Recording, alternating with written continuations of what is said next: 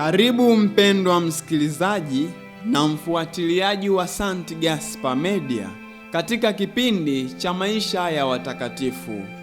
Leo tarehe 29 Januari tunasikiliza na kutafakari juu ya maisha ya Mtakatifu Gildas Abate.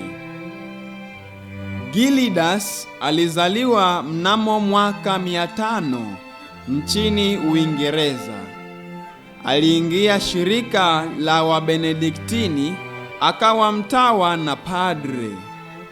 Baadaye alichaguliwa kuwa abate wa monasteri moja nchini humo.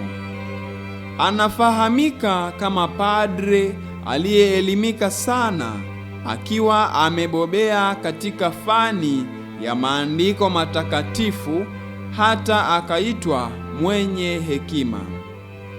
Anajulikana sana kwa ajili ya kitabu alichokiandika ambamo anawakosoa wafalme wa enzi zake, waamini na mapadre wao kwa kuwa vuguvugu katika imani. Mtakatifu Gildas alisema kuwa janga baya zaidi linaloweza kumpata binadamu katika maisha yake ni dhambi. Mwanadamu anaweza kushinda dhambi ikiwa tu ana imani thabiti kwa Mungu. Miaka michache kabla ya kifo chake, aliishi maisha ya utawa na ukaapweke katika kisiwa kidogo. Akapata wafuasi wachache waliojumuika pamoja naye. Aliishi maisha matakatifu akipambana na dhambi kwa gharama yoyote ile. Alifariki dunia mwaka 570.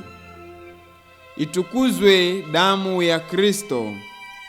Milele amina.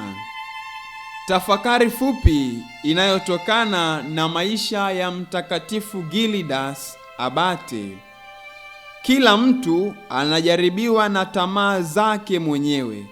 Halafu ile tamaa ikiisha kuchukua mimba huzaa dhambi, na ile dhambi ikiisha kukomaa huzaa mauti. Watakatifu wengine tarehe 29 Januari: Mtakatifu Aquilino na Mtakatifu Valerio. Mtakatifu Gildas Abate, utuombee.